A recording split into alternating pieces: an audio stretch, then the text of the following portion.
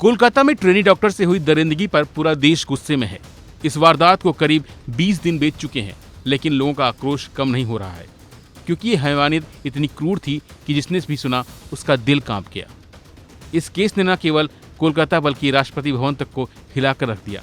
तभी तो पहली बार भारत की राष्ट्रपति को इस केस में अपना बयान देना पड़ा, जिन्होंने कोलकाता केस को लेकर पहली बार अपना बयान जारी किया, जहां उन्होंने कहा कि बस बहुत हो गया, मैं निराश और भयभीत हूँ।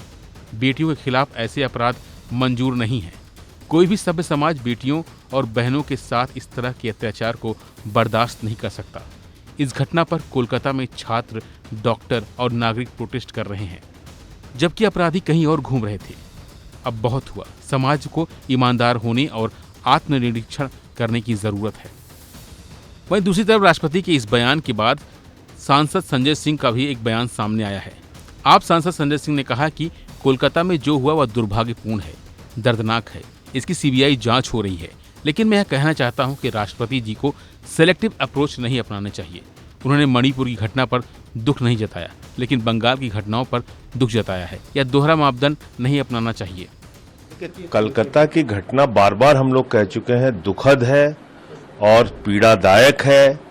उसकी जांच सीबीआई कर रही है। फास्ट ट्रैक कोर्ट में मामला चला के सख्त से सख्त सजा दी जाए।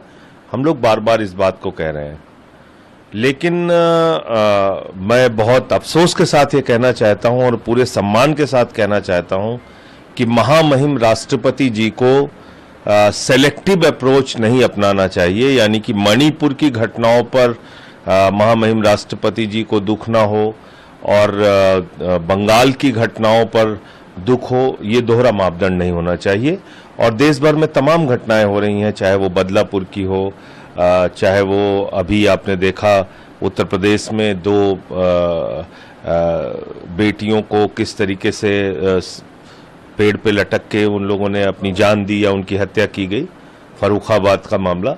तो मुझे लगता है कि बहुत सारी घटनाएं हो रही हैं। महामहिम राष्ट्रपति जी को पूरे देश की चिंता करनी चाहिए। कोलकाता के आरजीकर अस्पताल में लेडी डॉक्टर्स के दरिंदगी को लेकर देश भर में प्रदर्शन हो रहे हैं और अब केंद्र सरकार ने भी राज्यों के मुख्य सचिवों और पुलिस प्रमुख यानी डीजीपी को लेटर लिखा है। इसमें कहा है कि अस्पताल में नाइट पेट्रोलिंग और लोगों की पहुंच को नियंत्रित करने की जरूरत है, जिससे इस तरह की घटनाएं भविष्य न हो, इस पर ध्यान रखा जा सके। फिलहाल के बस इतना ही। बाकी अपडेट के लिए बने रहिए वन इंडिया हिंदी के साथ।